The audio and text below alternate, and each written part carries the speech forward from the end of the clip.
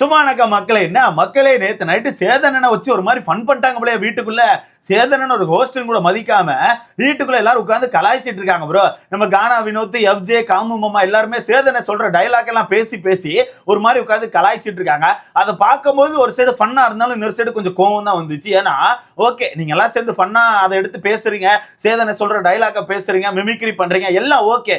இருந்தாலும் அந்த மனுஷன் ஹோஸ்ட் இல்ல, இந்த ஷோவோட ஹோஸ்ட் இல்ல. அப்ப அந்த ஹோஸ்டுக்கான மரியாதை கொடுக்கணும்ல. அந்த ஹோஸ்ட் இப்படி பேசினார் அப்படி பேசினார் சொல்லிட்டு அந்த விஷயங்களை வச்சு ஃபன் பண்றதுக்கு அந்த மனுஷன் காமெடி பீஸ் கிடையாதுல்ல. அப்படி இருக்கும்போது எனக்கு தெரிஞ்சு அடுத்த வாரம் சாட்டர்டே சண்டேல நம்ம வினோத் அவர்களுக்கு தரமான அடி இருக்கும்னு எனக்கு தோணுது. மேபி நம்ம சேதனை அதை ஃபன்னா எடுத்துட்டு போக வாய்ப்பு இருக்கு. பட் மேபி எனக்கு தெரிஞ்சு ஃபன்னா கொண்டு போகாம கொஞ்சம் ஹார்ஷா கொண்டு போக வாய்ப்பு இருக்கு. என்னென்ன விஷயம் அப்படிங்கறத ஃபுல்லா பார்க்கலாம். அது மட்டும் இல்லாம நேத்து நைட்டு நம்ம எஃப்ஜே அரோராவை ஃபுல்லா எக்ஸ்போஸ் பண்ணிட்டான். அரோரா வந்து நேத்து எஃப்ஜே எக்ஸ்போஸ் பண்ணிருப்பாங்கல்ல. எஃப்ஜே இப்படி பேசினா 10 பாயிண்ட் இருக்குன்னு சொல்லி ஒரு மாதிரி மிரட்டுற மாதிரி பேசினா அது ரொம்ப தப்பா இருந்துச்சு. எனக்கு அதை பார்க்கும்போது ஏதோ பிளாக்மெயில் பண்ற மாதிரி இருந்துச்சுன்னு சொல்லிட்டு ஒரு மாதிரி எஃப்ஜே வந்து அந்த பொண்ணு எக்ஸ்போஸ் பண்ணி விட்டுருப்பா. பட் நேத்து நைட்டு எஃப்ஜே அந்த விஷயத்த ரொம்ப தெளிவா சொல்லிட்டான். எப்படி பேசணும், என்ன மாதிரி டோன்ல பேசினேன், அதை அரோரா எப்படி மாத்தி சொல்லியிருக்கா, எல்லா விஷயத்த நேத்து நைட்டு உட்காந்து நம்ம எஃப்ஜே பேசிட்டு இருக்கான். இருந்தாலும் கனி அவர்கள் எஃப்ஜேக்கு சப்போர்ட் பண்ணாம, எஃப்ஜே நீ பண்ணது தப்புடா, நீ ரொம்ப தப்பா தான் பேசியிருக்க, நீ பேசின விஷயம் தப்புதான் சொல்லிட்டு பயங்கரமா அட்வைஸ் எல்லாம் கொடுத்திருக்காங்க. அவங்க அரோரா சைடு தான் ஸ்டாண்ட் எடுக்கிறாங்க. ஏன்னா அங்க ஒரு பொண்ணு பாதிக்கப்பட்டிருக்கா, ஒரு பொண்ணு கண்ணீர் விட்டுட்டா, அதனால அந்த இடத்துல ஒரு பொண்ணுக்கு சப்போர்ட் பண்றாங்க. இந்த பாரு மாதிரி நாங்க வந்து பொண்ணுனா போய் நிற்போம், ஒரு பொண்ணுக்கு பிரச்சனைனா அந்த இடத்துல கண்டிப்பா நிற்போம்னு சொல்லிட்டு ஃபேக்கா எந்த டிராமாவும் போடாம நீ பண்ணது தப்பு தான், அங்க ஒரு பொண்ணு கண் கலங்கிட்டா அதனால நீ பண்ணது தப்பு தான் சொல்லிட்டு நேத்து நைட்டு எஃப்ஜேக்கு பயங்கரமான அட்வைஸ் கொடுத்திருக்காங்க. என்னென்ன விஷயம் அப்படிங்கறத ஃபுல்லா பார்த்துடலாம். சோ வீடியோக்குள்ள போறதுக்கு முன்னாடி மறக்காம இந்த வீடியோ லைக் பண்ணி சேனலை சப்ஸ்கிரைப் பண்ணிக்கோங்க. நீங்க போடுற ஒவ்வொரு லைக்கும் தான் நமக்கான வீடியோ ஒரு 10 பேர் சஜஸ்ட் பண்ணும். முடிஞ்ச அளவுக்கு லைக் போட்டு சேனலை சப்ஸ்கிரைப் பண்ணிக்கோங்க. ஃபர்ஸ்ட் நம்ம கனி அவர்கள் எஃப்ஜேக்கு கொடுத்த அட்வைஸ்க்கு வந்துடலாம். ஆக்சுவலா கனியை பொறுத்தவரை ஒரு விஷயத்தை ரொம்ப தெளிவா சொல்லிட்டாங்க. நீ நேத்து என்ன டோன்ல பேசினா எப்படி பேசுறேன்னு தெரியல, ஆனா அரோரா ஒரு விஷயத்த சொன்னா தெரியுமா, உங்ககிட்ட 10 பாயிண்ட்ஸ் இருக்கு, அந்த 10 பாயிண்ட்ஸை வெளியே விட்டா அவளுக்கான வாழ்க்கை அழிஞ்சிரும், அவளுக்கான கரியரே காலியாரன்னு சொல்லிட்டு அந்த விஷயம் நீ பேசினது தப்பு தான். அது என்ன டோன்ல பேசியிருந்தாலும் தப்பு, அது நீ நார்மல் டோன்ல பேசியிருந்தாலும் தப்பு, இல்ல நீ ஹார்ஷா பேசியிருந்தாலும் தப்பு. அந்த மாதிரி பேசக்கூடாது. ஏன்னா ஆப்போசிட்ல ஒரு பொண்ணு இருக்கா, ஒரு பொண்ணை பத்தி இப்படி நார்மலா நீ சொல்லும் போது கூட டக்குன்னு வெளியே உள்ளவங்க எப்படி எடுத்துப்பாங்கன்னா, அப்ப நிறைய பாயிண்ட்ஸ் இருக்கு போல, அந்த பொண்ணு நிறைய தப்பு பண்ணிருக்கா போலன்னு சொல்லி தான் எடுத்துப்பாங்க. அதனால நீ பண்ணது தப்புடான்னு சொல்லிட்டு ஃபர்ஸ்ட் நம்ம கனி அவர்கள் எஃப்ஜே திட்டி பேசுறாங்க. ஓகேவா?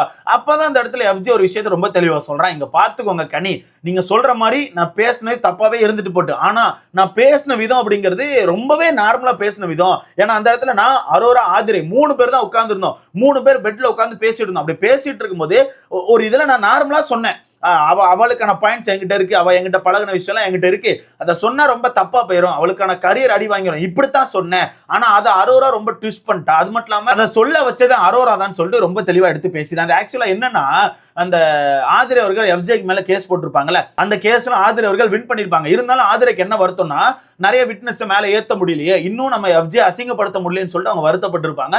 வருத்தப்பட்டு ஒரு மாதிரி சேடா உட்காந்து அங்கங்க பேசிட்டு சண்டை எல்லாம் போட்டு சுத்தி இருப்பாங்க. அவர் ஒரு கட்டத்துக்கு அப்புறம் நம்ம அரோரா கிட்ட உட்காந்து பேசிட்டு இருந்திருப்பாங்க. ஓகேவா? அரோரா பெட்ல படுத்திருந்து அரோரா கிட்ட பேசிட்டு இருந்திருப்பாங்க.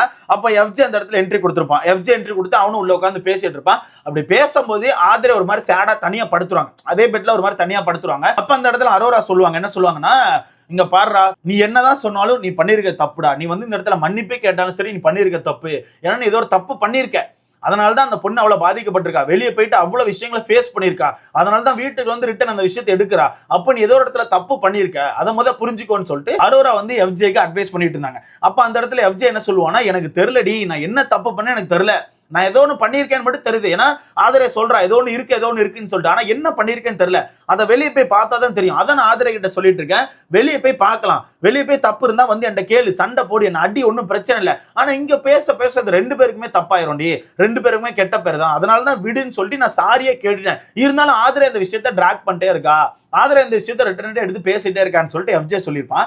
அப்ப அந்த இடத்துல ஆதிரை என்ன சொல்லுவாங்கன்னா, இல்ல உனக்கு தெரியாது என்ன நடந்திருக்கலாம், உனக்கு தெரியாது, நீ உன் இஷ்டத்துக்கு பேசிட்டு இருப்ப, நீ எல்லாத்தையும் பண்ணிட்டு இப்ப நல்லவன் ஆயிட்டியான்னு சொல்லிட்டு ஒரு மாதிரி ஆதிரை சண்டை போட்டிருப்பாங்க.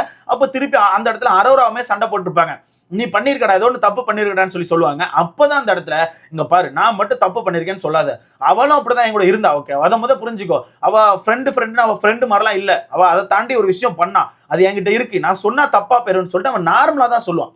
3 பேர் உட்காந்து பேசிட்டு இருக்காங்க, அப்ப நார்மலா சொல்லிட்டு என்கிட்ட ஒரு 10 பாயிண்ட்ஸ் இருக்குடி, அதை சொன்ன நினைச்சுக்கோ, அவளுக்கு தான் கெட்ட பேர், அவளுக்கான கரியரே காலியாயிரும், அதனால தான் நான் வாயே திறக்காம இருக்கேன்னு சொல்லிட்டு நார்மலா சொல்லியிருப்பான்.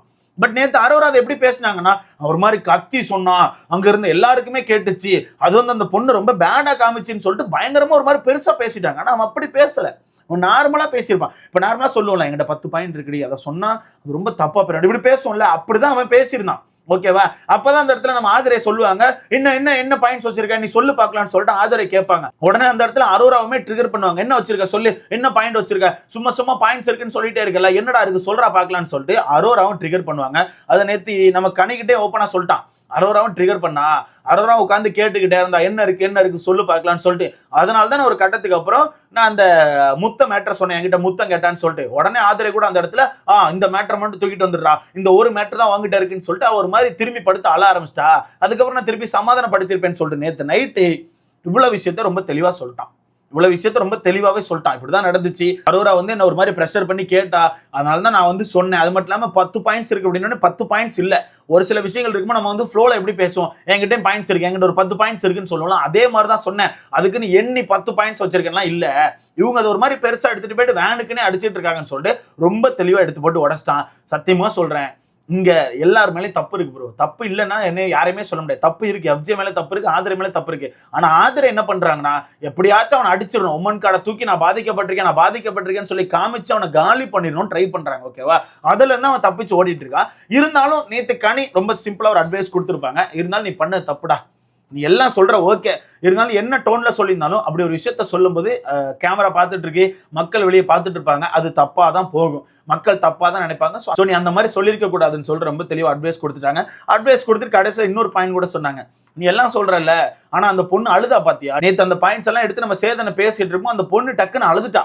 அப்போ அந்த பொண்ணு பாதிக்கப்பட்டிருக்கால, ஏதோ ஒரு விஷயத்துல பாதிக்கப்பட்டிருக்கா, அதனால தான் அழுறா. அதை முதல் புரிஞ்சுக்கோ. அது மட்டும் இல்லாம ஆதிரை பொறுத்தவரை ரொம்ப ஸ்ட்ராங்கான ஒரு பொண்ணு, போல்டான பொண்ணு ஒரு இடத்துல அழுறானா, அந்த பொண்ணு எங்கேயோ பாதிக்கப்பட்டிருக்கானா, அதை முதல் புரிஞ்சுக்கோ.